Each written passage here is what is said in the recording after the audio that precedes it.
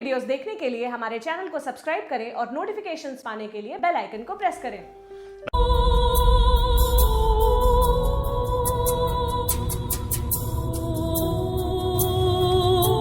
दोस्तों, भारत में गांवों की स्थिति से आप अनजान नहीं होंगे। देश के अधिकतर गांवों में आप गरीबी, अशिक्षा, गंदगी, बिजली पानी जैसी समस्याएं देखते और सुनते आए होंगे। अभी भी ऐसे कई गांव हैं जहां आज तक बिजली नहीं पहुंच सकी है। नमस्कार दोस्तों, स्वागत है आपका हमारे YouTube चैनल MBD ज्ञान में।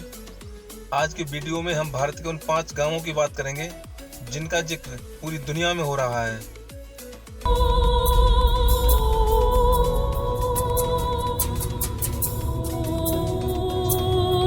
अभी आप अपने सामान को या किसी कीमती चीज को ऐसे ही खुले में छोड़कर कहीं जाते हो? अगर चले भी गए तो पूरे दिन यही व्यथा सताती रहती है कि कोई हमारा सामान चोरी न कर ले या कहीं कुछ हो न जाए। अपनी चीजों का मोह तो ऐसे भी मानव जाति को बहुत होता है। कहने के लिए लोग कहते हैं कि इंसान अपना न कुछ लेकर आया है न अपना कुछ लेकर जाएगा, पर सच्चाई तो जग जाहिर है। अपना अपना कहकर लोग किसी भी चीज का मोह नहीं छोड़ पाते हैं। अहमदनगर का शनि सिग्नापुर गांव एक ऐसा गांव है जहां शनिदेव हैं लेकिन मंदिर नहीं है। घर हैं परंतु दरवाजे नहीं हैं।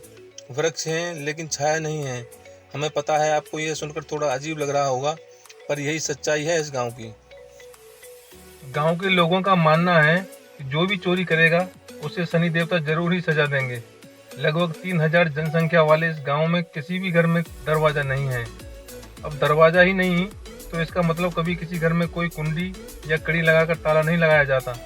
यहाँ तक कि यहाँ के लोग अपने घरों में अलमारी या सूटकेस आदि भी नहीं रखते।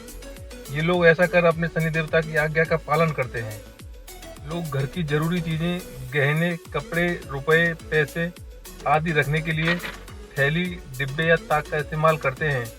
केवल पशुओं से इन सब की रक्षा हो इसलिए बांस का ढकना दरवाजे पर लगाया जाता है। यह गांव छोटा जरूर है पर यहाँ के लोग काफी समृद्ध हैं। यहाँ अनेक घर आधुनिक तकनीक से ईंट, पत्थर तथा सीमेंट का इस्तेमाल करके बनाए गए हैं। फिर भी इन आधुनिक घरों में कोई दरवाजे नहीं हैं। यहाँ कोई भी मकान आपको 2 मंजिला बना हुआ नहीं मिलेगा। कहा जाता है कि यहाँ कभी चोरी नहीं हुई। यहाँ आने वाले भक्त भी अपने वाहनों में ताला नहीं लगाते। चाहे कितना भी बड़ा मेला हो, आज तक यहाँ किसी भी वाहन की चोरी नहीं हुई।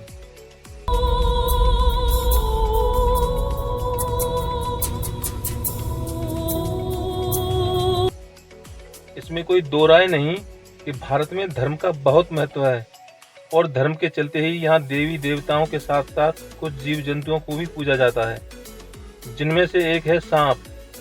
भारत में प्राचीन काल से ही सांपों की पूजा की जाती है। ऐसा माना जाता है कि सांप भगवान शिव का एक रूप है। आमतौर पर लोगों को सांप का नाम सुनते ही सांप सूंघ जाता है, लेकिन आपको यह जानकर हैरानी होगी कि भारत में ही एक ऐसी जगह भी है जहाँ के लोग सांपों को पालते हैं। जी हाँ, जैसे हम कुत्ता या बिल्ली पालते हैं, ठीक वैसे ही महाराष्ट्र के सेतपल नाम के इस गांव में सांप पाले जाते हैं। और ये कोई आम प्रजाति के सांप नहीं, बल्कि सांपों में सबसे खतरनाक मानी जाने वाली कोबरा प्रजाति के हैं। हैरानी की बात यह कि कोबरा प्रजाति के ये सांप लोगों को कोई नुकसान नहीं पहुंचाते हैं।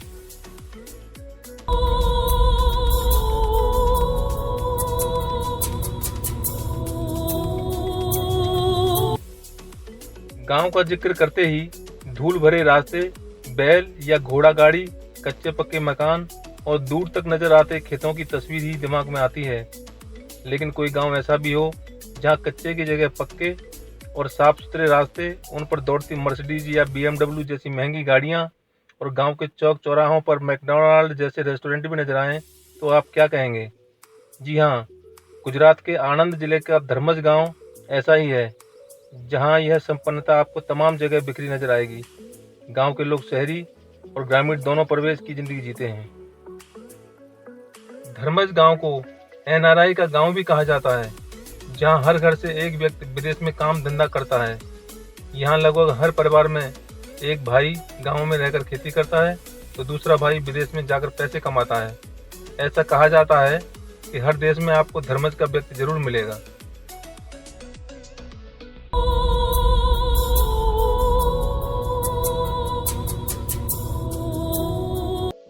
इस गांव का नाम पुंसरी है और यह गुजरात के साबरकांठा जिले में है। आपको जानकर हैरानी होगी कि वर्ष 2006 में 6000 की आबादी वाले इस गांव में ग्रामीणों के लिए सुविधाओं के नाम पर कुछ भी नहीं था, मगर आज पुंसरी गांव में ग्रामीणों के लिए बहुत सी सुविधाएं हैं। पूरा पुंसरी गांव वाईफाई से लैस है, यानी इस गांव के ग्रामीण इंटरनेट की सुविधा का लाभ उठाते हैं। पुंसरी ग्राम पंचायत भी पूरी तरह से कंप्यूटराइज्ड है और गांव के युवा समय के साथ कदम मिला सकें, इसके लिए नाम मात्र का धन खर्च कर पंजीकरण करवाकर युवा इंटरनेट की सुविधा ले सकते हैं। गांव में जगह जगह स्पीकर लगे हुए हैं। ऐसे में अगर सरपंच को गांव के लिए कोई आवश्यक सूचना देनी होती है या घोषणा करनी होती है तो यह स्पीकर ही माध्यम बनते हैं। इन स्पीकर के जरिए भजन भी ग्रामीणों को सुनाए जाते हैं और गांव में कुछ 120 स्पीकर लगे हुए हैं।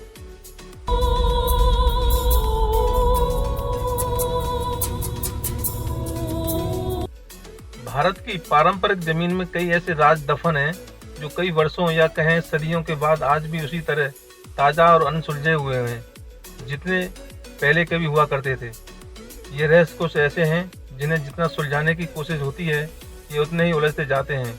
ऐसा ही एक राज दफन है राजस्थान के एक छोटे से गांव कुलधारा के भीतर। कोई कहता है कि कुलधारा की भूमि पर सैकड़ों वर्षों से भटकती आत्माओं का पहरा है, तो कोई यह मानता है कि एक श्राप ने इस स्थान की तकदीर बदल दी।